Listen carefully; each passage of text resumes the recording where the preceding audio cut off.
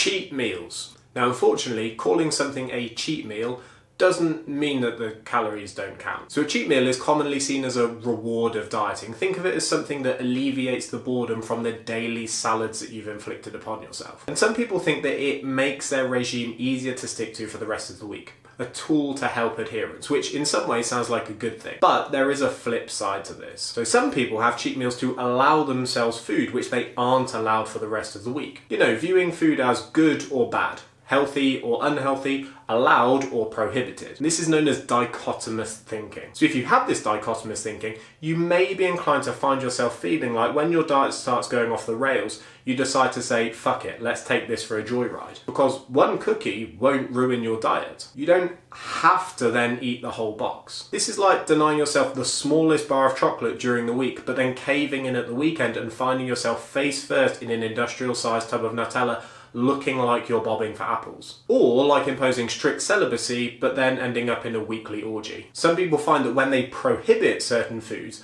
when they do eat them, they are more inclined to eat them in excess. And also, let's think of this from a calorie balance perspective. In money terms, if you saved $10 for 6 days of the week, but then on the 7th day went and splurged $60, you aren't any further forward. A less aggressive plan, such as saving just $5 a day, may make you less inclined to splurge at the weekends. And likewise, if you're in a mild calorie deficit 6 days out of 7, but then have a huge cheat meal, it could erase your deficit over the course of a week. So sure, you can still make progress with cheat meals, but if you find that your diet is so restrictive that it makes you want to have a cheat meal, you may be better off just taking those cheat meal calories and spreading them out over the course of the week. And also, if your lifestyle is so strict that the thought of your weekly cheat meal makes you sexually aroused, you may be making it more difficult to adhere to in the long term.